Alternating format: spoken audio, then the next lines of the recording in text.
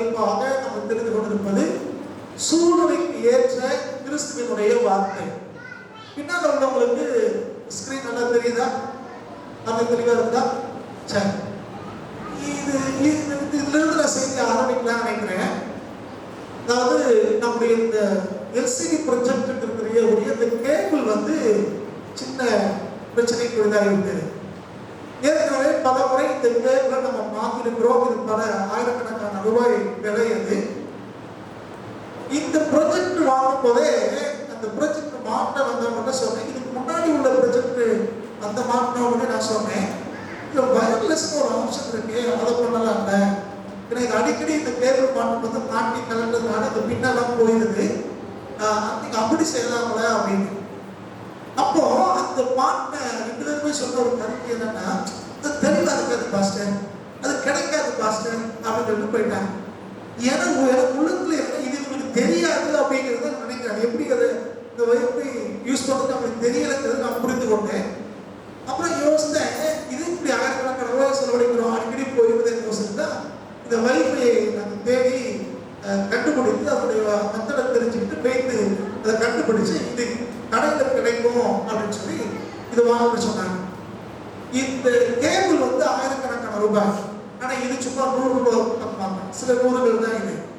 இப்போ ரிப்பேர் ஆகிறதுக்கு வாய்ப்பு இல்லை. ரெண்டாவது வெறும் லேப்டாப் மாத்திரம் எங்க இருந்து வச்சு கூட நம்ம ஆப்ரேட் பண்ணலாம். ஏன்னா இப்போ எதுல இணைக்கப்பட்டிருக்கு? வைஃபைல. வயரே தேவையில்லை, எந்த பொருளும் தேவையில்லை, நாம யூஸ் பண்ணலாம். வித்தியாசம் உங்களுக்கு புரியுதா? ஒரு டெக்னாலஜி நமக்கு தெரியாததுனால பணத்தை வீணாக்குகிறோம். அது தெளிவாக இருக்கிறது இல்லை, அடிக்கடி அது பிரச்சனை குறித்தாகிறது. அந்த டெக்னாலஜி நம்ம கற்றுக்கொண்ட உடனே அது இவ்வளவுதான் அப்படின்னு தெரிஞ்ச உடனே நமக்கு செலவும் மிச்சமாகிறது, நம்ம நன்றாக அதை பார்க்க முடியுது, பயன்படுத்த முடியுது. சொல்றது புரியுது? இதே மாதிரி தான் நம்ம வாழ்க்கையில். நம்முடைய வாழ்க்கையில வேத வசனங்களை சரியாய் புரிந்திருப்போமையானால், வேத வசனத்தை சரியாய் நம்ம வாழ்க்கையில நம்ம அபியாசப்படுத்துவோம் அப்படின்னா நம்ம வாழ்க்கை ஆசீர்வாதமாக இருக்கும். அழுகைக்கு தேவையில்லை, கனிவிட தேவையில்லை, ரொம்ப கஷ்டப்பட தேவையில்லை.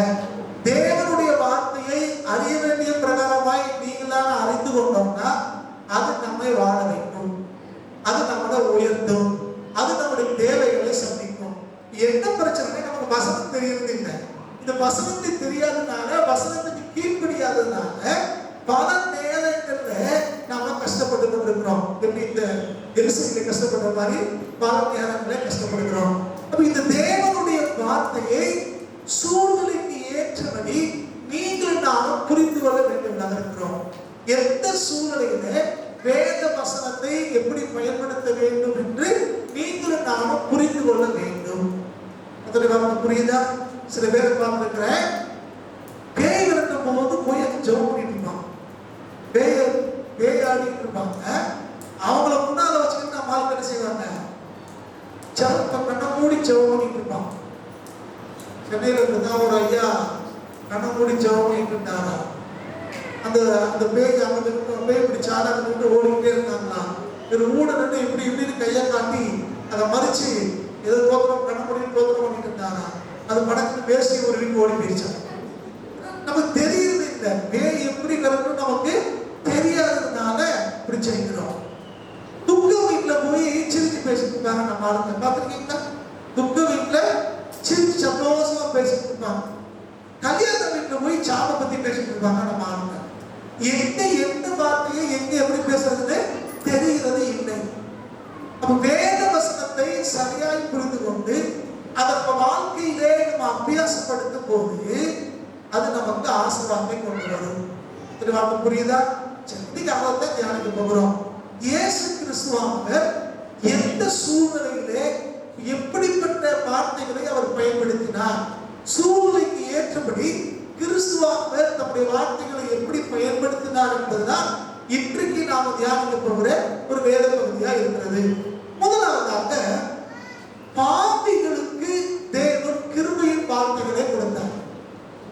இயேசு கிறிஸ்து பாவத்தை கண்டிக்கிற ஆண்டவர். அவர் பாவத்திற்கு எதிரானவர். பாவத்தை அவர் ஒருபோதும் சகித்துக் கொள்கிற ஆண்டவர் அல்ல. ஆனால் பாவிகள் மீது கிருபையா இருக்கிற தேவன். சில பேர் பாவத்துல விழுந்துட்டாங்க அப்படின்னு உடனே ஆண்டவர் அப்படியே அப்படி நாசமா போயிருங்க, நீங்க அழிஞ்சு போங்க அப்படின்னு சொல்றது இல்லை. சில வாரங்களுக்கு முன்னால நம்ம தியானிச்சோம், நம்முடைய ஆண்டவர் செகண்ட் சாய்ஸ் கொடுக்கிற ஆண்டவர், இரண்டாவது வாய்ப்பு கொடுக்கிற கர்த்தர் என்று நம்ம தியானிச்சோம். நம்ம பாவத்திலே ஒருத்தர் விழுந்து விட்டார்களே, ஆனால் தெரிந்தோ தெரியாமலோ விழுந்துட்டாங்கன்னா கர்த்தர் அவர்களை தூக்கி நிறுத்த விரும்புகிறார். அது நல்ல ஒரு உதாரணம். அந்த கையும் மெய்யுமாய் பிடித்த ஸ்திரீயை ஆண்டவரிடத்திலே கொண்டு வருகிறார்கள். அப்ப ஆண்டவர்கிட்ட கொண்டு வரும்போது அவங்க நிறைய குற்றச்சாட்டுகளை சொல்றாங்க. பழைய பிரமாணத்தின்படி அவர்களை கல்லெறிந்து கொள்ளணும் அப்படின்னு சொல்றாங்க. அப்ப ஆண்டவர் இயேசு கிறிஸ்து சொல்றார், உங்கள் குற்றம் இல்லாதவன் முதலாவது கல்லெறிய கடவன் அப்படின்னா. நமக்கு தெரியும் இல்லையா, தரல உட்கார்ந்து எதை எழுதுனா அப்படி சொன்னாங்க நமக்கு தெரியும். அந்த இடத்துல இந்த பாவம் செய்தால் என்று சிக்கிய அந்த பெண்ணை பார்த்து கர்த்தர் சொன்ன வார்த்தை தான் இங்க நாம் வாசிக்கிறோம். யோவான் 8ஆம் அதிகாரம் 11ஆம் வசனத்துல, அதற்கு அவர்கள் இல்லை ஆண்டவரே என்றால், உன் மேல கண்ணனில் காத்துட்டாங்களா அப்படின்னு கேட்கிறார். அந்த அம்மா பார்த்துட்டு ஒன்றுமே இல்லை ஆண்டவரே அப்படின்னு சொல்லுது. அப்பொழுது இயேசு அவரை நோக்கி, நானும் உன்னை ஆக்கினைக்குள்ளாக தீர்க்கிறதில்லை, நீ போ, இனி பாவம் செய்யாதே என்றார். அப்போ இந்த பாவிகளுக்கு தேவன் கிருபை உள்ள வார்த்தைகளை போதிக்கிறார். நல்லா கவனிக்கணும். பாவம் என்பது கண்டிக்கப்பட வேண்டியது. பாவம் என்பது எந்த காலத்திலையும் ஏற்றுக்கொள்ளத்தக்கது அல்ல. ஆனால் ஆண்டவர் அந்த பாவிகளை பார்த்து, அது பாவத்திலே சிக்குண்டவர்களை பார்த்து ஆண்டவர் சொல்றது என்னன்னா, இனி பாவம் செய்யாத என்று சொல்கிறார். பாவத்திலே நிலைத்திருக்கிறவர்களுக்கு கண்டிப்பாய் தண்டனை உண்டு. ஆகவே கர்த்தர் சொல்ற காரணம் என்னன்னா, நீ பாவத்துல சிக்கிட்ட அப்படின்னா, பாவத்துல வீழ்ந்துட்டா முதலாவது அதை விட்டு வெளியே வா. தேவன் கிருபை உள்ள ஆண்டவர் எடுத்த உடனேயே ஆண்டவர் நியாய தீர்ப்பு செய்கிறது இல்லை. அடிக்கடி கடித்து கொள்ளப்பட்டும் தன் பிடரியை கடினப்படுத்துகிறவனத்தான் அவன் சகாயமின்றி சடுதியிலே நாசமாவான் என்று வேதம் சொல்கிறது. அடிக்கடி கடிந்து கொள்ளப்பட்டும் இப்படி தப்புன்னு கர்த்தர் சொல்லியும் யார் உணராம திருந்தாம இருக்காங்களோ அவங்களுக்கு நிச்சயமாய் அடி உண்டு. ஆனா இப்போ தற்சமயம் அல்லது ஏதோ ஒரு காரியத்தினாலே தான் செய்வது பாவம் என்று தெரியாமலே அது சூழ்நிலைக்கும் ஏதோ ஒரு பாவத்துல ஒன்று சிக்கியிருந்தாங்கன்னா கர்த்தர் எடுத்த உடனே அவன் நியாயத்திற்கு செய்வது இல்லை. மாறாக அவர் என்ன செய்யறாரா, நானும் உன்னை ஆக்கினைக்குள்ளாக தீர்க்கிறது இல்லை. அடுத்தவங்க உனக்கு ஆக்கினை தீர்ப்பு சொன்னது போல கல்லெறிஞ்சு கொள்ளணும், அப்படி கொள்ளணும், இப்படி கொள்ளணும் சொல்றாங்களே, அப்படி நான் செய்யறது இல்லை. நீ போகலாம், நீ இந்த தண்டனையிலிருந்து விலக்கப்படுதா, நீ போகலாம். ஆனா கர்த்தர் ஒரு கண்டிஷன் சொல்கிறாரு, இனி பாவம் செய்யாதே. அப்போ பாவிகளுக்கு தேவன் கிருபை உள்ள வார்த்தைகளை கொடுக்கிறார். குடிகாரங்க இருக்காங்கன்னா அவங்கள பார்த்து அன்பாய் அவங்களுக்கு பேசி அவங்களுக்கு புத்தி சொல்லணும். நீ செய்து தப்பு, குடிக்க கூடாது, முதலாவது இது தேவனுக்கு விரோதமானது, இரண்டாவது ஒரு சரீரத்தை கெடுக்கும், மூன்றாவது பணத்துக்கு கேடு, நாலாவது கெட்ட பேரை உண்டாக்குறது என்று படிப்படியாய் அவனுக்கு நீங்க நான் சொல்ல வேண்டியதாக இருக்கிறோம். குடிக்கிறது எவ்விதத்திலும் சகிக்கத்தக்கது அல்ல, குடிக்கிறது எந்த விதத்திலும் ஏற்றுக்கொள்ளத்தக்க அல்ல. அப்படின்னா கண்டிப்பாக அவர் திருந்த வேண்டும். அவங்களுக்கு நீங்க ஆலோசனை சொல்லணும், புத்தி சொல்லணும், அவங்களை கண்டிக்க வேண்டும். ஆனா எப்படி ஆண்டவர் சொன்னார் என்பதை பார்த்து அந்த வழியிலே சொல்ல வேண்டும். புரியுது? அப்ப தேவன் பாவிகளுக்கு கிருபையுள்ள இரக்கமுள்ள வார்த்தைகளை சொல்லுகிறார். எப்படி சொல்றாரு? நீ திருந்து, நான் உனக்கு தண்டிக்கிறது இல்லை, நீ போகலாம், ஆனால் இனி பாவம் செய்யாது. இனி இந்த பாவத்தை செய்த அப்படின்னா தண்டனை தப்ப முடியாது. அதை கவனிக்கிறீங்களா? ஆண்டவர் பாவத்தை வெறுக்கிற ஆண்டவர். ஆனா பாவம் செய்த ஆத்மாவை தப்புவிக்க வேண்டும் என்று தேவன் விரும்புகிறார். அப்ப தேவன் இந்த பாவிகளுக்கு கிருபையுள்ள வார்த்தைகளை சொல்லி அவங்களை திருத்த விரும்புகிறார். இது இன்னும் புரியணும். இந்த நாட்களில் ஒரு புதுவிதமான உபதேசம் வந்திருக்கிறது. அது என்னன்னா கிருபையின் உபதேசம் அப்படின்னு. இப்ப நம்ம பார்க்கிறோம், தேவன் சொல்றார், உன்னை மன்னிச்சுட்டேன், ஆனா இனி பாவம் செய்யக்கூடாதுன்னு சொல்றாரு. ஆனா இன்னைக்கு ஒரு நவீன ஒரு கூட்டம் வந்திருக்குது. அது பைபிள தவறாய் போதிக்கிற ஒரு கூட்டம். அவங்க ஹைபர் கிரேஸ் சொல்றாங்க. கிருபை, மகா கிருபையினாலே நாம் நீங்களாம் இருக்கிறோம், கிருபையினாலே நீங்களாம் ரட்சிக்கப்பட்டது. அது உண்மைதான். ஆனா அதே நேரத்தில் இந்த கிருபையை பாவம் செய்வதற்கான லைசன்ஸா நினைச்சுக்கிட்டு எப்படி பண்ணாலும் வாழ்ந்துக்கோ, கிருப கிருப கிருபன்னு சொல்லு, எல்லாம் சரியா போயிடும். வஞ்சிக்கப்படுவதற்கு இடக்கூடாதுங்கள்.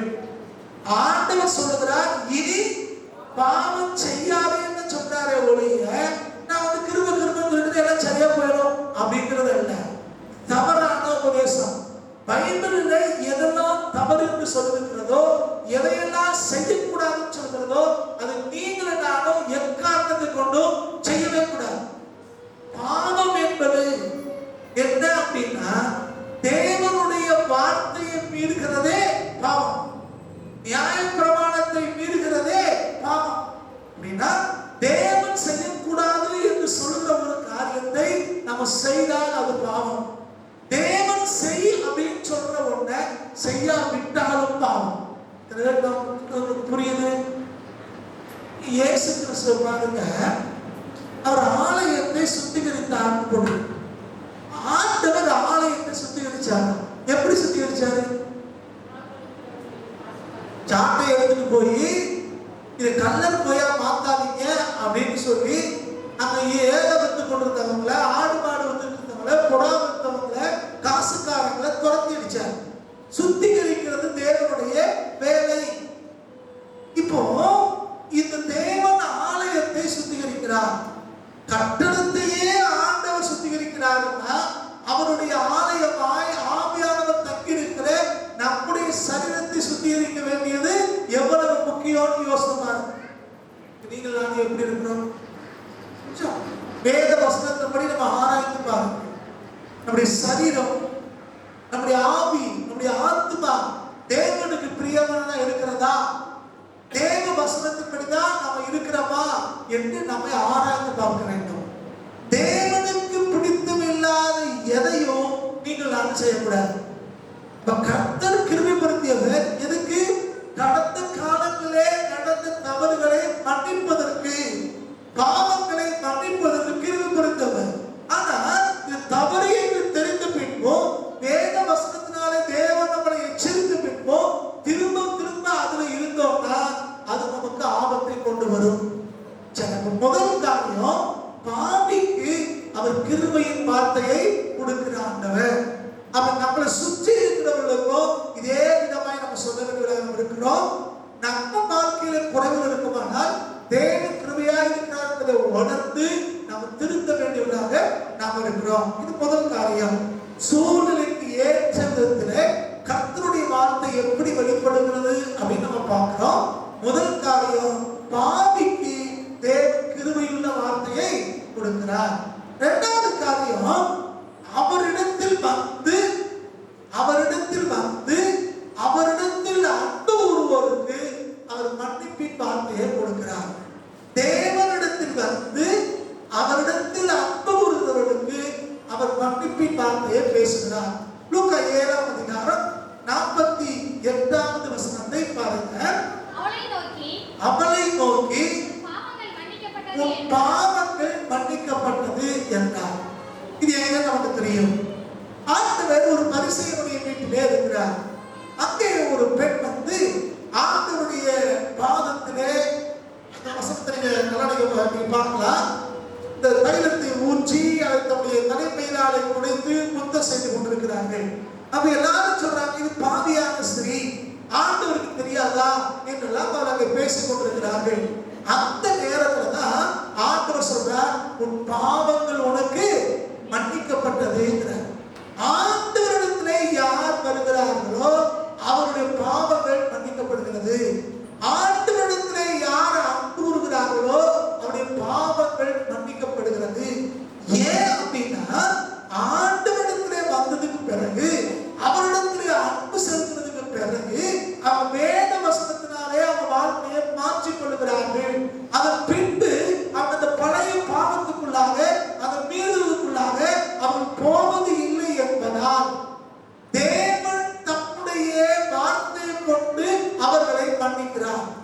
அப்ப இன்னைக்கு நீங்களும் நானும் கர்த்தரிடத்திலே வந்திருப்போம்னா நம்முடைய பாவங்கள் மன்னிக்கப்பட்டு இருக்கும். இன்னைக்கு அநேகர் ஆண்டவரிடத்திலே வருகிறது இல்லை. ஆலயத்துக்கு வருவது என்பது வேறு. எல்லாம் கவனிக்கணும். ஆலயத்துக்கு வருகிறது லேசான காரியம். ஆலயத்துக்கு யார் வேணாலும் வரலாம் போலாம். ஆனா ஆண்டவரிடத்திலே வந்திருக்கோமா அப்படின்னு பார்க்கணும். ஆலயத்துக்கு வந்தா போதகருடைய வார்த்தையை கேட்கலாம், வந்திருக்கிற விசுவாசிகளுடைய பாடல் ஆராதனை நம்ம பங்கு பெறலாம், ஒருத்தருக்காக ஒருத்தர் ஜெபிக்கலாம், பேசி கடந்து போகலாம். ஆனால் தேவனிடத்திலே வரும்போதுதான், இயேசுவினுடைய வார்த்தைக்கு கீழ்ப்படியும் போதுதான் நம்ம வாழ்க்கை மாறுகிறது. அப்ப ஆலயத்துக்கு வருகிறோம், நல்லது, கண்டிப்பாக வர வேண்டும். அந்த ஆலயத்துக்கு வருவதை விட ஆண்டவரிடத்தே வர வேண்டும். ஆண்டவரிடத்தை நெருங்கி ஜீவிக்க வேண்டும். வேத வசனத்தின்படி நம்ம வாழ்க்கையை மாற்றி அமைத்துக் கொள்ள வேண்டும். அப்படி யார் ஆண்டவரிடத்துல வருகிறாங்களோ அவருடைய பாவங்களை ஆண்டவர் மன்னிக்கிறார். தம்மிடத்திலே வருகிற பிள்ளைகளுக்கு தேவன் மன்னிப்பின் வார்த்தையை கொடுக்கிறார். நீங்க ஆலயத்துக்கு வருகிற நம்மள அநேகர் ஆண்டவரிடத்திலே வருவது இல்லை. எத்தனை பேருக்கு சொல்றாங்க புரியுது? ஆலயத்துக்கு வர்றோம், ஆராதனையில பங்கு பெறோம், காணிக்கை போடுகிறோம், ஆனால் ஆண்டவரிடத்திலே வரல. ஆண்டவர்கிட்ட வந்தா நம்ம வாழ்க்கை மாறி இருக்கும். யோசிச்சு பாருங்க. தைலத்தை கொண்டு வந்து ஆண்டவருடைய பாதத்துல ஊத்துகிறார். தைலம் அப்படிங்கிறது அந்த நாட்கள்ல விலை கூடின ஒன்று. அதை கொண்டு வந்து என்ன செய்றாங்க? ஆண்டவர் பாதத்திலே ஊற்றுகிறாங்க. சில வாரங்களுக்கு முன்னால வாட்ஸ்அப்ல மெசேஜ் போட்டிருந்தேன். யாரோ கம்பளை போட்டு போயிருக்காங்க, யாரும் தெரியல சொல்லுங்க அப்படின்னு சொல்லியிருந்தேன்.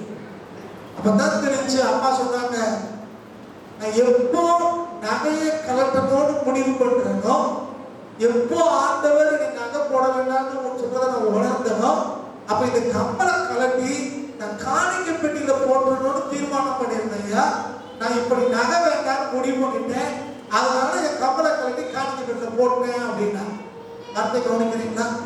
கர்த்தரை நெருங்கி ஜீவிக்க நம்ம வாழ்க்கையிலே மாற்றங்கள் வருகிறது. சில காரியங்களை விட ஆரம்பிக்கிறோம். கர்த்தர் ஆண்டவரிடத்தில் வரும்போது நிச்சயமாக வாழ்க்கையிலே மாற்றங்கள் வரும். ஆனா இன்னைக்கு அநேகருடைய வாழ்க்கையில எந்த மாற்றமும் இல்லை. நான் பல முறை சொல்லியிருக்கிறேன், கஞ்சா விற்கிறவனுக்கு பேரு காவிரியல்னு இருக்கு, சாராயம் காய்ச்சலவே சாம்புவேல்னு இருக்கான். நீ பாக்குறீங்க. ஆனா அவன் ரெகுலரா எங்க வர்றான்? ஆலயத்துக்கு வர்றான். இதை விட பெரிய வேடிக்கை என்னன்னா, லட்சமா காணிக்க கொடுக்குறான். இன்னும் சில பேர் சர்ச்சையை கட்டி கொடுக்கான். முழு சர்ச்சை நான் கட்டித்தரையா அப்படிங்கிறான். ஆச்சரியமா இருக்கிறது. சர்ச்சை கட்டி கொடுக்காங்க, கால் வாங்கி தராங்க, என்னென்னமோ செய்யறாங்க. ஆனா வாழ்க்கையிலே மாற்றம் இல்லை. ஆண்டவர் நீ சர்ச்சை கட்டி கொடுத்தியா, வீடு கட்டி கொடுக்கியாங்கிறத பார்க்கல, உன் வாழ்க்கை மாறுதாங்கிறத தான் கர்த்தர் பார்க்கிறார். அப்ப வாழ்க்கை மாற வேண்டுமானால் ஆலயத்துக்கு வந்தா போதாது, ஆண்டவரிடத்திலே வர வேண்டும். இந்த அம்மா ஆண்டவரிடத்துல வந்தபடினாலே நம் வாழ்க்கையில ஒரு தலையில மாற்றத்தை உணர்கிறார்கள். எல்லாரும் அவங்க பாவிக்கிறாங்க. கர்த்தர் சொன்னாரு, இவன் பாவம் மன்னிக்கப்பட்டது அப்படின்னு சொன்னார். அப்ப கர்த்தர்கிட்ட வரும்போது வாழ்க்கை மாறும், மனம் திரும்புதல் உண்டாகிறது. கர்த்தர் வாழ்க்கையை மாற்றி அமைக்கிறார், பாவங்கள் மன்னிக்கப்படுகிறது. அப்ப ஆண்டவர்கிட்ட வந்ததுக்கு பின்னால, தேவனை தேடி வந்ததுக்கு பின்னால, அவங்க வாழ்க்கையில மாற்றம் வந்ததுக்கு பின்னால அவங்க குறைசொல்லி கொண்டிருக்க வேண்டிய அவசியம் இல்லை. வாழ்க்கை மாறிடுச்சு அப்படின்னா கர்த்தர் அந்த பாவங்கள் எல்லாம் மன்னிச்சுட்டாருன்னு அர்த்தம். கர்த்தர் அவங்களுக்கு ஒரு புது வாழ்வை கொடுத்து விட்டாருன்னு அர்த்தம். நீங்களும் நானும் ஆண்டவரிடத்துல வந்து இந்த பாவங்களை அறிக்கையிட்டு திருத்தி ஒரு புதிய வாழ்க்கையை வாழ்ந்து கொண்டிருக்கிறோம் என்றால், பிசாசு என்னைக்கோ நடந்த ஒரு காரியத்தை சொல்லி நம்மளை குற்றப்படுத்துறாங்கன்னா நீங்களும் நானும் தைரியமா சொல்லலாம், கர்த்தர் என் பாவத்தை மன்னித்து விட்டார். அந்த காலத்துல இருந்தது அப்படித்தான், தவறு நடந்தது உண்மைதான். ஆனா என்ன வாழ்க்கையை மாற்றி விட்டார். கர்த்தர் எனக்கு புது வாழ்வு கொடுத்திருக்கிறார் என்று தைரியமாய் நீங்கள் நானும் சொல்லலாம். அவை கடந்த கால காரியங்கள் நினைச்சு நீங்கள் நானும் வருத்தி கொண்டே இருக்க வேண்டிய அவசியம் இல்லை. கர்த்தர் உங்களுக்கு எனக்கும் புது வாழ்வு கொடுக்கிற ஒரு ஆண்டவர். அப்ப பாவிக்கு கிருபையுள்ள வார்த்தையை கொடுக்கிறார். தம்மிடத்திலே வருகிறவர்களுக்கு பாவ மன்னிப்பின் வார்த்தையை ஆண்டவர் கொடுக்கிறார். மூன்றாவதாக மரித்தோருக்கு ஜீவன் தரும் வார்த்தையை ஆண்டவர் கொடுக்கிறார். மரித்தோருக்கு ஜீவன் தரும் வார்த்தை. மரித்தோர் அப்படின்னா ரெண்டு விதமான மரணம் உண்டாகிறது. ஒன்று ஆவிக்குரிய மரணம், இன்னொன்று சரீர மரணம். நீங்க சரீர மரணத்தை குறித்த வசனம் தான் யோவான் 11ஆம் அதிகாரம் 43வது வசனத்திலே இருக்கிறது. வாசிக்கலாம். யோவான் 11:43. இவைகளை சொன்ன பின்பு லாசருவே வெளியே வா என்று உரத்த சத்தமாய் கூப்பிட்டார். ஆண்டவர் சத்தமாய் கூப்பிட்ட இடங்கள் ஒரு சில தான். எல்லா இடத்திலையும் தேவன் சத்தமா கூப்பிடுறவர் அல்ல. இங்கே கல்லறை தோட்டத்தில் நிற்கிறாங்க. லாசருடைய சரீரம் கல்லறைக்குள்ளே வைக்கப்பட்டிருக்கிறது. அங்கே ஒரு பெரிய கல் புரட்டி அங்க மூடி வச்சிருக்காங்க. இப்ப கல்லறை வாசலை நின்று கொண்டு ஆண்டவர் சத்தமா சொன்னார். நான் சுத்தி இருக்கவங்கெல்லாம் கேட்கிறதுக்காக ஆண்டவர் உரத்த சத்தமா சொன்னார். லாசருவே வெளியவான்னு உரத்த சத்தமா கூப்பிட்டார் அப்படிங்கிற வசனத்தை படிச்சுட்டு நடிச்சாம 12 மணிக்கு ஜெபம் பண்ணும் போது பக்கத்து வீட்டுக்காரங்க எந்திக்கிற அளவுக்கு சத்தம் போட்டு ஜெபம் பண்ணக்கூடாது. புரியுதா? சில நேரத்தில் நம்ம தப்பா புரிஞ்சுக்கிறோம். எந்த வசனத்தை எப்படிங்கிறது புரிந்து கொள்ளவில்லை. சூழ்நிலைக்கு ஏற்ற விதத்திலே நம்ம வசனங்களை பயன்படுத்த வேண்டும், வார்த்தைகளை பயன்படுத்தணும். ஆண்டவர் அப்படித்தான் சொல்றார்.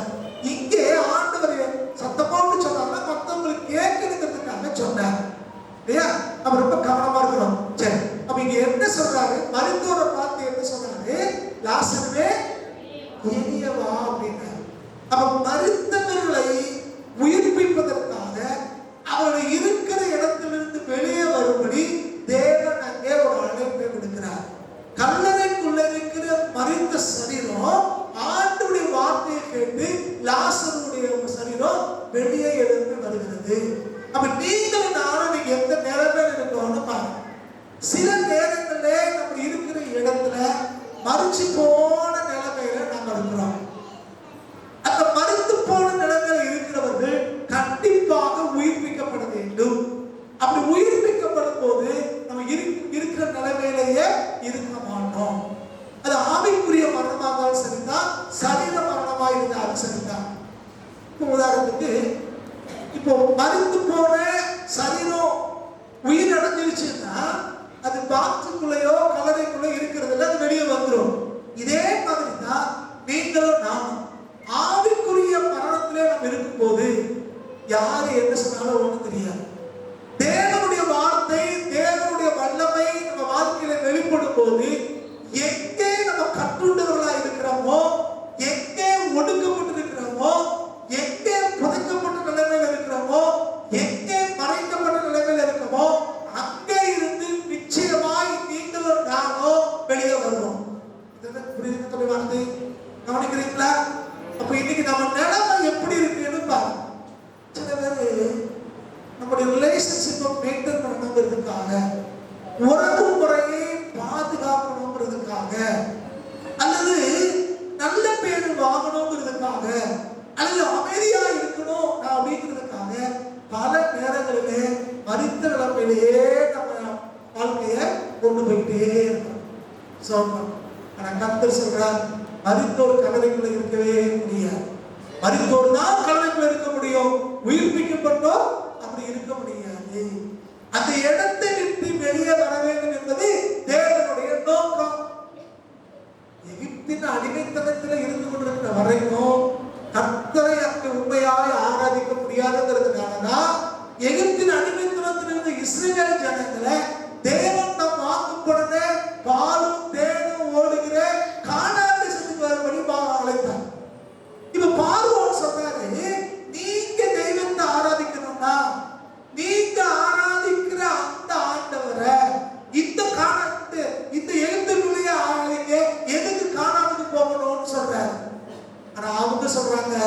இந்த எகிப்துல ஆராதிக்க மாட்டோம், தேவன் எங்களுக்கு குறித்திருக்கிற அந்த காரணத்துக்கு தான் போவோம். அன்பான தேவ ஜனமே, நல்லா புரிந்து கொள்ளுங்கள். எகிப்துல இருந்து கொண்டு ஜீவனுள்ள தேவனை ஆராதிக்கவே முடியாது. செத்து போன இடத்துல, மரித்து போனவங்க இருக்கிற இடத்துல, ஆவிக்குரிய எந்த அனுபவம் இல்லாத இடத்துல இருந்து கொண்டு நான் கிறிஸ்துவை ஆராதிக்கிறேன், நான் தேவ சுத்தம் நிறைவேற்றணும்னு சொல்றேன்னா நம்மை நாமே வச்சிக்கிறோம் என்று பொருள். அப்ப நம்ம இருக்கிற இடத்தை விட்டு வெளியே வந்தே ஆக வேண்டும். மரித்தோரை விட்டு வெளியே வராம நீங்களும் நானும் ஆவிக்குரிய அனுபவத்தை அடையவே முடியாது.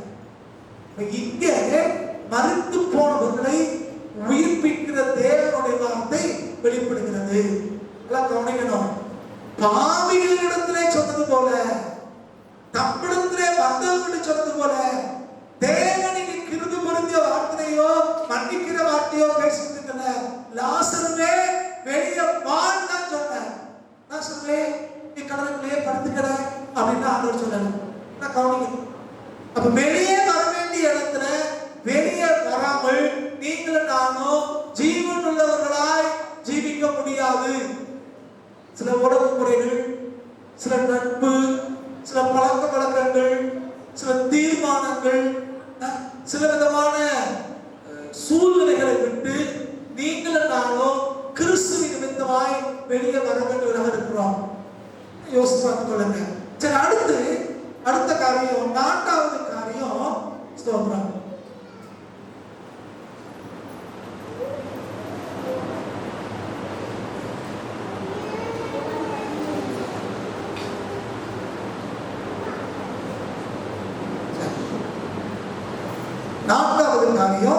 பிசாசின் மீது அதிகாரம் உள்ள வார்த்தையை தேவன் பயன்படுத்தினார்.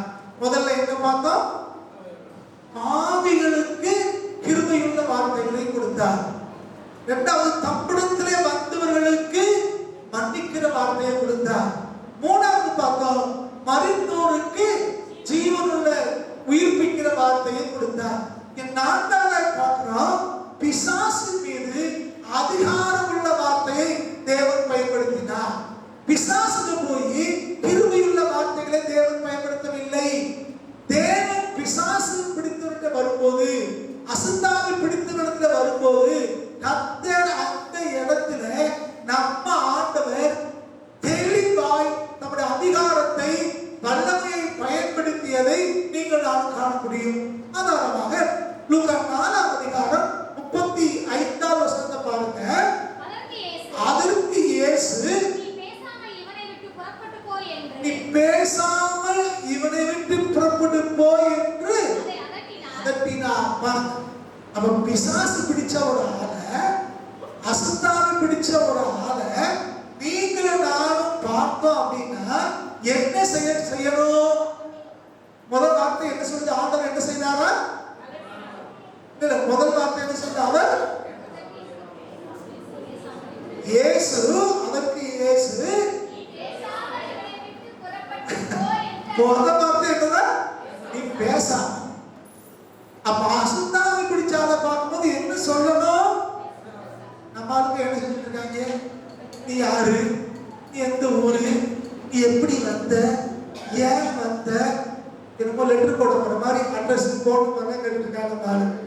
இயேசு எப்படி பேசுறாரு பாருங்க. அவர் என்ன செஞ்சாரா? பேசாமல் அப்படின்னு. பேசாதன்னு சொன்னா நம்ம இன்னொரு வேடிக்கையா சொன்னார். சம்பந்தம் பார்க்கறாங்களோ அந்த அளவுக்கு விசாரிச்சுட்டு இருக்காரு ஒருத்தர்.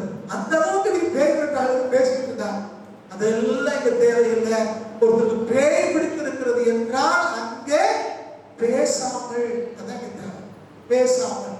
இரண்டாவது, பேசாமல் இவனை விட்டு புறப்பட்டு போ அப்படின்னு ஆண்டவர் சொன்னார். இவனை விட்டு, இந்த யாருக்குள்ள அசுத்தாவி இருக்கிறதோ, யாருக்குள்ள பொல்லாத ஆவி இருக்கிறதோ அவங்களை விட்டு புறப்பட்டு போன்னு சொல்லணும். அவங்களுக்குள்ள அது இருக்கிறதுக்கு ஒருபோதும் அனுமதிக்க கூடாது. அதுவும் எப்படி? நான் முதல்ல சொன்னது போல, ஆண்டவரே இவனுக்குள்ள இருக்க பேய் போயிடணும், இவனுக்குள்ள இருக்க அசுத்தாய் போடணும், கண்ணீர் விட்டு ஜெபம் பண்ணிட்டு போடல.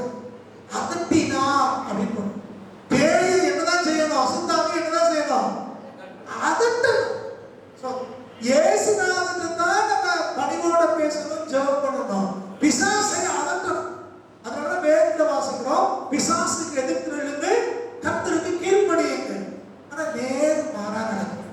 நடக்கு? செவுக்குல மாலுக்கு போட்ட சவுண்டு, ஆண்டவரே இதை செய்யும் அதை செய்யும். யாரால மிரட்டுறது? ஆண்டவர் மிரட்டுறது. ஆண்டவரை மிரட்டுறாங்க. பேய் மிரட்டும் போது கையே குடிச்சிட்டு இருக்காங்க. நம்ம என்னையா இது? நம்ம முதல்ல இந்த வைமை என்பது தெரியாம காசை செலவழிச்சு நேரத்தை செலவழிச்சு இதை வெறுமனே இந்த கேபிள போட்டு கதைதான். வசனத்தை சரியாய் புரிந்து கொள்ள வேண்டும். அதட்ட வேண்டிய இடத்துல அதட்டணும், ஜெபிக்க வேண்டிய இடத்துல ஜெபிக்கணும், தாழ்த்த வேண்டிய இடத்துல தாழ்த்தணும், உயர்த்த வேண்டிய இடத்துல உயர்த்தணும். சூழ்நிலைக்கு ஏற்ற விதத்திலே நம்ம தேவனுடைய வார்த்தைகளை நம்ம பயன்படுத்த கற்றுக்கொள்ள வேண்டும். பிசாசு பிடிச்சவங்க இடத்துல என்னதான் செய்யணும்? அவங்கள அதட்டம். நான் கால பிசாசு பிடிச்சிருக்கு அப்படின்னு தெரிஞ்சுன்னா போய் நசரேயனாகிய இயேசு நாமத்தினாலே இவரை விட்டு வெளியே போ என்று கட்டளை கொடுக்க பழக வேண்டும். ஒரு ரகசியத்தை நான் சொல்லணுமா? நிறைய குடும்பத்துல பிரச்சனைக்கு காரணம் பிசாசு தான். சில பேருக்குள்ள பிசாசு இருக்குது, சிலருடைய வாழ்க்கைக்குள்ள பிசாசு இருக்குது, சில குடும்பத்துல பிசாசு இருக்குது. அப்ப இந்த பிசாசு வெறும் ஜெபத்தினால போகாது, அதை நீங்கள் அதட்ட கற்றுக்கொள்ள வேண்டும். எதை அதட்டணும்? கவனிக்கிறீங்களா? ஜெபத்திலேயோ மற்ற நேரங்களிலேயோ அவங்க எங்க வேணாலும் இருக்கலாம், அவங்களுக்குள்ள இருக்கிற பிசாசே வெளியே போய் அதட்டணும். நம்ம ஆளுக்கு அந்த ஆவியை பிசாசை அதட்டுறதுக்கு பதில் ஆட்களை அதட்டிவிடணும். தனிப்பட்ட நபர்களை அதட்டுகிறோம். நீ அப்படி பேசுன, நீ இப்படி பேசுன அப்படின்னு முழங்கால் போட்டு ஜோம் பண்ணி அவங்களுக்குள்ள இருக்கிற பிசாசை கரட்டுனா அவங்க அப்படி பேச மாட்டாங்க. இவங்க பேர் அடிக்கிறாங்க. ஏன் அடிக்காங்க? அவங்களுக்குள்ள இருக்கிற ஆவியை அவங்களை அடிக்க வைக்கிறது அடிக்கிறாங்க. குடிக்கிறாங்க. ஏன் குடிக்காங்க? அவங்களுக்குள்ள இருக்கிற பிசாசு தான் அது காரணம். அப்ப இதெல்லாம் வெளியே போகணும்னா நம்ம அதை அதட்ட கற்றுக்கொள்ள வேண்டும். நசரேயனாகிய இயேசு நாமத்தினாலே இவனுக்குள்ள கிரியைசெய்கிற பிசாசே நீ வெளியே போ என்று அவர்களை அதட்ட கற்றுக்கொள்ள வேண்டும். அந்த ஆவியை அதட்ட கற்றுக்கொள்ள வேண்டும். அந்த பிசாசை வெளியேற்ற கற்றுக்கொள்ள வேண்டும். அப்பதான் அவங்க சுபாவங்கள் மாறும், அவங்க பழக்க வழக்கங்கள் எண்ணங்கள் மாறும். அப்ப மூல காரணம் என்னது? அவங்களுக்குள்ள இருக்கிற பிசாசு கெட்ட வாசிக்கும் போது பல ரகசியங்களை பார்க்கிறோம். இந்த கணவன் மனைவி உறவை பற்றி சொல்லும் போது எபேசியத்துல சொல்றாரு, தன் சொந்த மாம்சத்தை பகைக்கிறவன் ஒருவனுக்கு இல்லையே அப்படிங்கிறார். சொந்த மாம்சம் மனைவி என்ன சொல்றாரு? சொந்த மாம்சங்கிறார். அப்புறம் சொந்த மாம்சத்தை அவங்க உடம்பு அவங்களே கேட்க யாராவது? ஆனா லேயோன் பிசாசு பிடிச்சு என்ன செஞ்சா? அவன் சொந்த மாம்சத்தை கீறு. அப்ப சொந்த மாம்சத்தை ஒருத்த கீறுறா, சொந்த மாம்சத்தை ஒருத்த அடிச்சுக்கிறான்னா என்ன அர்த்தம்?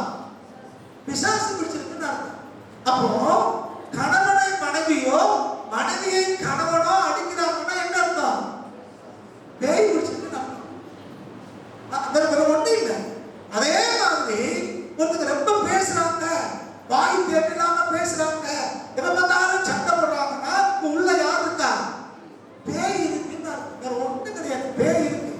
இந்த பேய் எப்பதான் வெளியே போகணும்னா நசரேயனாகிய இயேசு நாமத்தினாலே உங்களை விட்டு வெளியே போ என்று நீங்களும் நானும் கட்டளையிட வரைக்கும் அவங்களுக்குள்ள இருந்து அலங்கரிச்சுக்கிட்டாங்க.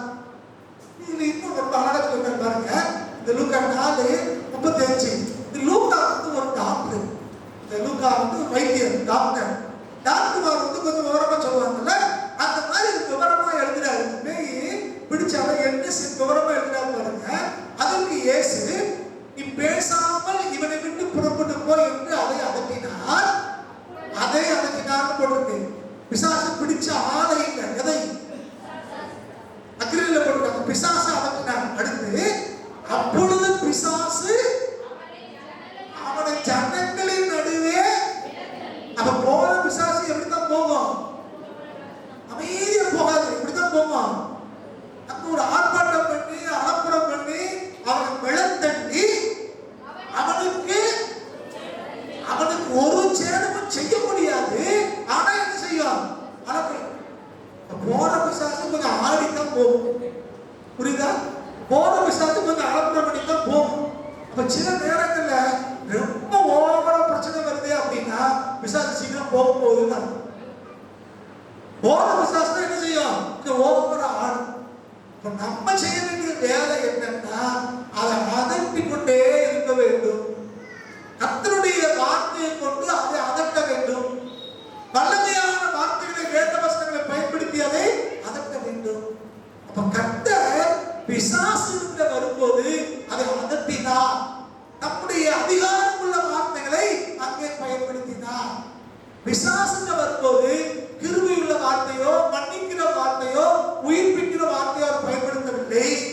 அதிகாரம் உள்ள வார்த்தைகளை பயன்படுத்தினார். அப்ப சில இடங்கள்ல அதிகாரம் உள்ள வார்த்தைகளை பயன்படுத்த வேண்டும் என்பது தேவனுடைய திட்டமாக இருக்கிறது. அடுத்து ஐந்தாவதாக இயற்கை மீது சமாதானப்படுத்தும் வார்த்தையை பேசுகிறார். இயற்கை இயற்கை வாசிங்க. மார்க் 4ஆம் அதிகாரம் 39வது வசனம். அவர் எழுந்து காற்றை அதட்டி கடலை பார்த்து இறையாதே அமைதலாயிரு என்றார்.